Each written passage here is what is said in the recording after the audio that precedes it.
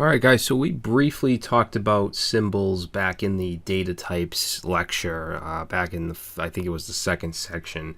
Very, very briefly, we didn't even really talk about what they were. We just established that they were, in fact, a primitive data type. Okay, and they're part of the ES6 standard. So let's go ahead and experiment a little bit with symbols. So I have my index.html and we're just linking to an app.js file, which is completely empty. I have it open over here in my browser. And the unique thing about symbols is that every single one is completely unique, and this makes them very valuable in terms of things like object property identifiers. And this is the main purpose of symbols, is it's their uniqueness. So let's go ahead and create a symbol. All right, so we can create a variable. Let's say const, we'll call it sim1, and we're going to set it equal to symbol, just like that. All right, now it's not new symbol. Okay, we'll get an error because there's no constructor. It's an actual primitive value. Okay, we can also add an identifier inside of our symbol if we want. So right here, if we want to say like sim2, we'll set this variable to sim2. And if we go ahead and console.log, let's say sim1, it's just going to simply give us symbol. If we log sim2, it'll give us symbol along with that identifier.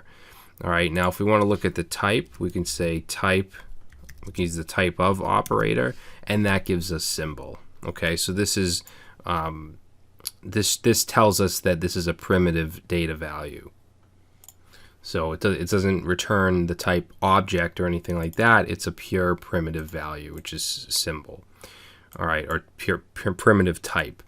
Now, no two symbols can be the same. So even if we were to do, let's say console.log, and let's say symbol equal to symbol. Okay, so if we do that and we save, we're going to get false.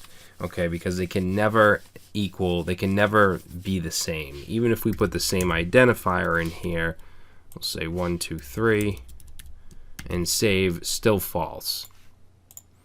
All right, if we were to try to use a symbol inside of a string, like if we were to put, let's use backticks here, and we'll just say hello, and we'll put in the sim1 variable.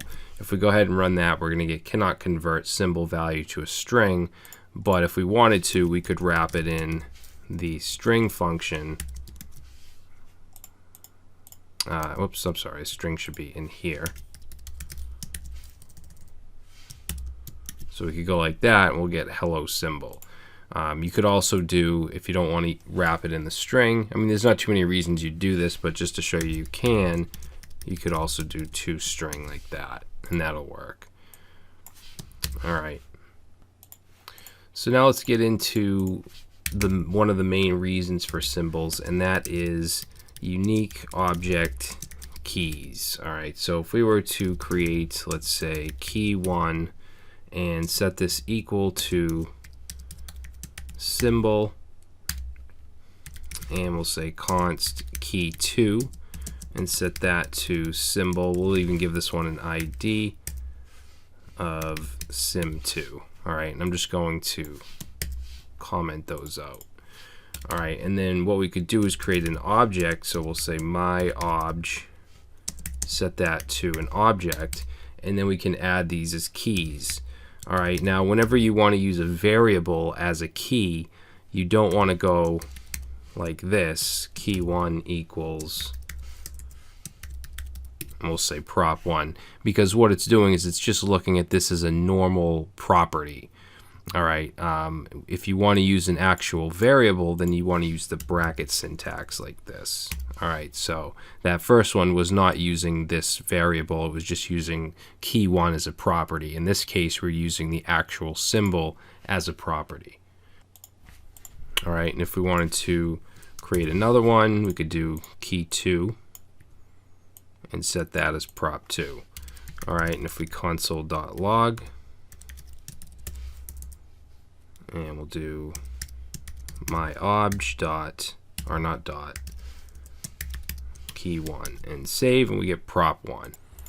If we console log my obj with key 2, we should get prop 2. Alright, so there are some things that that work a little different with symbols. For one, if we were to loop through my obj using for in, then it wouldn't actually show up in the iteration because they're not enumerable in for in iteration. So let me show you what I mean. So I'm going to say symbols are not enumerable in for in. So if we were to say for, let's say for let I in my obj, and then what I'm going to do before I do anything in here, I'm going to go ahead and just add to the my object, but not using a symbol. I'm just going to say my obj dot, we'll call it key 3, but remember this isn't a symbol, it's just a simple property, and we'll set that to prop 3, and let's say my obj dot key 4 equals prop 4. So down here we'll go ahead and we'll console dot log, and let's get the key and the value. So I will give us the key. I'm just going to put up some backticks in here, and we'll say I, which will give us the key, and then to get the value we'll say my obj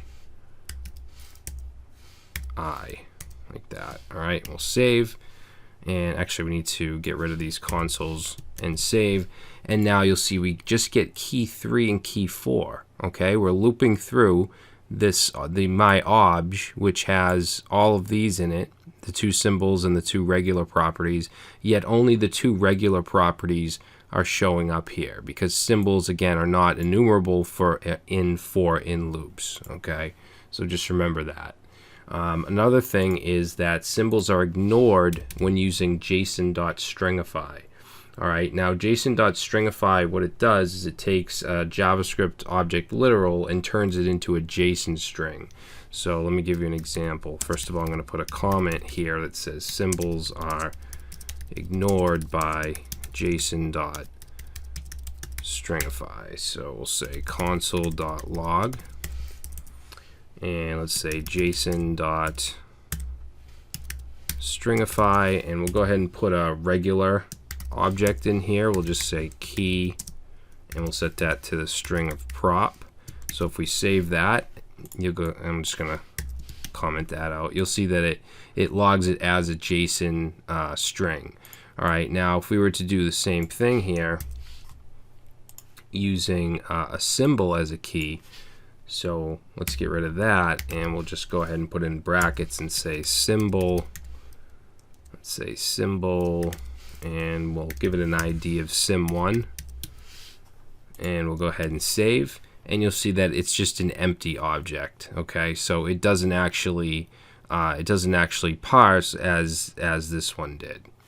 Okay, so just some things that are just different when you're using symbols. Alright, so I think that's going to do it for now for symbols. In the next video, what I want to do is talk about error handling. We haven't really got into that yet. I want to talk about try-catch blocks and how to throw errors, things like that. Alright, so I will see you in the next lecture.